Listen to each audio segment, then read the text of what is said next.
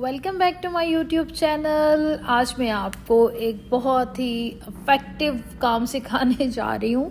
अगर आपके पास कोई ऐसी क्लाइंट हैं जिनके हाफ हेड ग्रो कर गया हो, 6-7 इंचज़ पे उनका हेयर ग्रो कर गया हो और वो अपनी हाईलाइट रिफ़्रेश करवाना चाह रही हूँ, तो आप किस तरीके से उसको रिफ़्रेश करेंगी, यानी कि सारे बालों को छेड़े बगैर कैसे आपने उसको रिफ़्रेश करना है और फ्रंट के बालों को बैक के साथ कैसे मैच करना है, कैसे सेक्शनिंग लेनी है, किस किस पार्ट से फॉयल उठाना है, ये सारी चीज़ें मैं आपको आज इस वीडियो में ज़रूर बताऊंगी। ये जानने के लिए, ये सीखने के लिए वीडियो को एंड तक ज़रूर देखिएगा और कोई पार्ट स्किप मत कीजिएगा ताकि कोई भी चीज़ आपसे मिस ना हो। क्या यूज़ करना है, कैसे यूज़ करना है, वो सारा मैं आपको इस वीडियो में बताऊंगी। तो ये आपको मैं फ़ाइनल लुक इनकी दिखा रही हूँ जिसमें आपको लग रहा होगा कि मैंने इनकी फ़्रेश हाईलाइट किया है, लेकिन बिल्कुल भी ऐसा नहीं है। मैंने इनकी हाफ हेड की हाईलाइट किया है और वो सारा तरीका कैसे किया है वो मैं आपको भी बताती हूँ। तो चलिए चलते हैं काम की तरफ। ये जनाब इनकी बिफोर लुक आप लोगों के सामने है। इनका हेयर कितना ग्रो किया हुआ है और कितने के इनके ग्रे हेयर हैं और कितना इनका हाईलाइट हुआ है, सब कंडीशन सारी इनके बालों की आपके सामने है।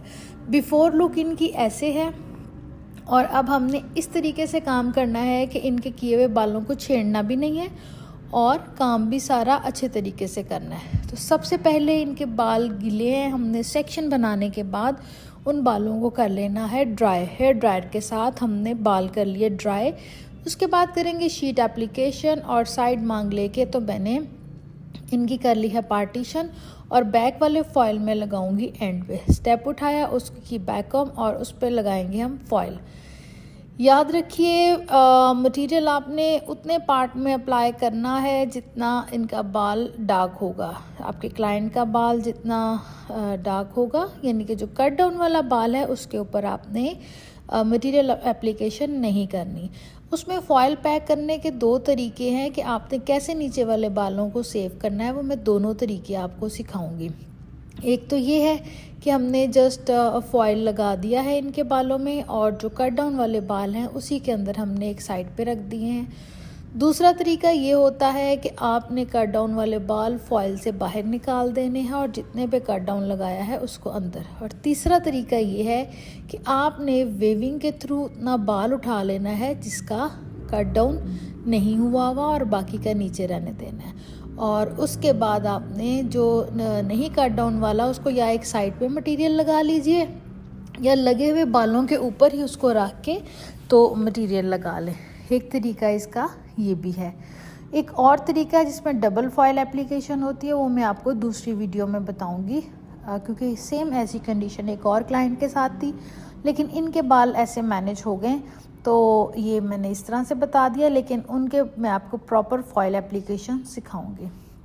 अच्छा जी, तो इस तरीके से हमने रूट से छोड़ के इनका 1/2 इंच 1 इंच मटेरियल अप्लाई किए जाना है और एंड तक हमने कर देना है जितने बालों पे कट डाउन नहीं हुआ हुआ, जिस यानी कि जो पहले हाईलाइटेड हेयर है उनको हम फॉयल से साइड पे कर लेंगे या फॉयल के अंदर ही एक साइड पे उसको पैक कर देंगे। बस ये काम आपने अटेंशनली करना होता है, क्योंकि अगर आप मटेरियल उन बालों पे अप्लाई कर देंगे जिसके ऊपर पहले भी कट डाउन हुआ है तो वो बाल और डैमेज हो जाएंगे और हो सकता है डैमेज होके वो उनमें ब्रेकेज टूट के गिर भी जाएं। तो आपने ये फॉयल एप्लीकेशन जो है बहुत एहतियात से करनी है। तो लीजिए जनाब, 2 फॉयल पीछे लगाए हैं और बाकी हमने एयर टू एयर सेक्शन लेके उसके ऊपर सारे फॉयल जो हैं वो अप्लाई कर दिए। उसके बाद दी है हीट इन बालों फॉयल्स को जस्ट 5 मिनट। 5 मिनट के बाद हमने इनको स्टे दे दिया है 35 मिनट्स के लिए और उसके बाद अब हम करेंगे फॉयल रिटच। फॉयल रिटच करने के लिए सबसे पहले हम पहले वाला मटेरियल जो है वो सारा फॉयल से निकालेंगे। मटेरियल निकालने के बाद फिर हम दोबारा से फॉयल को रिटच करेंगे। याद रखें एक स्पेशल टिप कि अगर आप फॉयल एप्लीकेशन 40 वॉल्यूम से कर रहे हैं तो रीटचिंग आपने करनी होगी 30 के साथ। अगर आप 30 के साथ फॉयल एप्लीकेशन कर रहे हो तो रीटचिंग करनी होगी 20 के साथ। इस चीज़ को आपने ख़ास ध्यान में रखना होता है। दूसरा ये कि आपने जो बेस कलर है वो 20 वॉल्यूम से करना होता है, ठीक है। बेस कलर 20 वॉल्यूम से, और जो ऊपर कलर लगाना है, ग्लॉसिंग करनी है, वो होती है 10 वॉल्यूम से।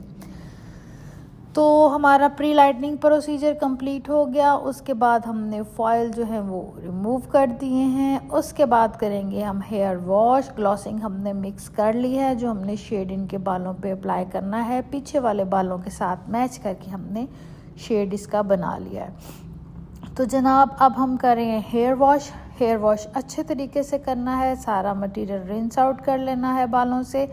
मटेरियल रिंस आउट करने के बाद हमने करना है शैम्पू, और शैम्पू करने के बाद हम लगाएंगे ग्लॉसिंग। एक बात याद रखिए कि पहले आपने ग्लॉसिंग उतने पार्ट पे लगानी है जितना आपने नया काम किया है, ठीक है। और उसके 10 मिनट बाद आपने सारे बालों पे वही शेड जो है वो अप्लाई कर देना है। 10 मिनट बाद जब आप अप्लाई करोगे तो उसके बाद टोटल आपने 5 मिनट और इसको देने हैं, इसको स्टे देना, यानी कि टोटल आपने इसके बाद आप फुल हेयर पे अप्लाई करने के बाद 5 मिनट के लिए आपने जो ग्लॉसिंग है वो उसको टाइम देना है। 5 मिनट की टाइमिंग के बाद फिर आपने हेयर वॉश करना है, और शैम्पू, कंडीशनर या मास्क जो भी आपने करना हो तो वो करना है। अच्छा, ये मैं अब ग्लॉसिंग हो गई है पूरे बालों पे अप्लाई। अब मैं इनको 5 मिनट के लिए दे दूंगी स्टे, क्योंकि सारे बालों पे हमने, जाहिर है आगे का शेड पीछे के साथ तो मैच करना ही है ना, तो उसको फिर इस तरह से हम करके देंगे टाइम, और फिर वॉश कर लेंगे। वॉश करने के बाद करेंगे शैम्पू, और शैम्पू करने के बाद अगर आप कंडीशनर या मास्क आपने लगाना हो तो वो लगाइए। तो उसके बाद हम करेंगे जो बालों को ड्राई। पहले हम कर रहे हैं वॉश, अच्छी तरह से सारा मटेरियल रिंस आउट करना होता है हेयर से। उसके बाद करेंगे जी ड्राई। हेयर ड्राई जो होता है आपको पता है 100% होगा तो हेयर में स्टाइल आएगा, चाहे आपने स्ट्रेट करना हो चाहे कर्ल करना हो, तो बालों को आपने अच्छे तरीके से कर लेना है ड्राई। तो जनाब ये हो गया है बाल हमारे ड्राई, और उसके बाद हमने कर लिया है स्ट्रेटनर कर्ल, और आफ्टर लुक है आप लोगों के सामने। तो मुझे उम्मीद है कि आप लोगों को मेरा काम पसंद आया होगा। अगर आपको अच्छा लगा हो तो प्लीज़ मेरे चैनल को सब्सक्राइब कर दें और वीडियो को लाइक एंड शेयर कर दें, ताकि और लोगों का भी इसमें फ़ायदा हो जाए। तो इंशाल्लाह मिलते हैं बहुत जल्द एक नई वीडियो में नई टिप्स के साथ। होती है मुलाकात। Thanks for watching, take care.